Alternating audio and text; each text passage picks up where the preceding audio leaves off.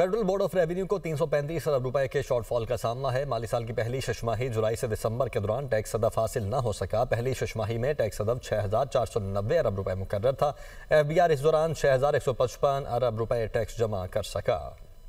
रवा माली साल की पहली छमाही जुलाई से दिसंबर के दौरान टैक्स हदफ हासिल न हो सका। फेडरल बोर्ड ऑफ रेवेन्यू को 335 अरब रुपए के शॉर्टफॉल का सामना। पहली छमाही में टैक्स हदफ 6,490 अरब रुपए मुकर्रर था, जबकि FBR इस दौरान 6,155 अरब रुपए टैक्स जमा कर सका। दिसंबर 2025 का रेवेन्यू शॉर्टफॉल तकरीबन 25 अरब रुपए तक रिकॉर्ड हुआ। दिसंबर के दौरान 1446 अरब रुपए हदफ की निस्बत 1421 अरब रुपए जमा हुए, जबकि जुलाई से दिसंबर के दौरान 292 अरब रुपए का टैक्स रिफंड्स भी अदा किया गया। पहली छमाही में इनकम टैक्स की मद में 3,026 अरब रुपए से जायद जमा हुए। सेल्स टैक्स की मद में 2,086 अरब, 400 अरब रुपए फेडरल एक्साइज ड्यूटी की मद में जमा हुए। जुलाई से दिसंबर तक कस्टम्स ड्यूटी की मद में 642 अरब रुपए से जायद इकट्ठे किए गए।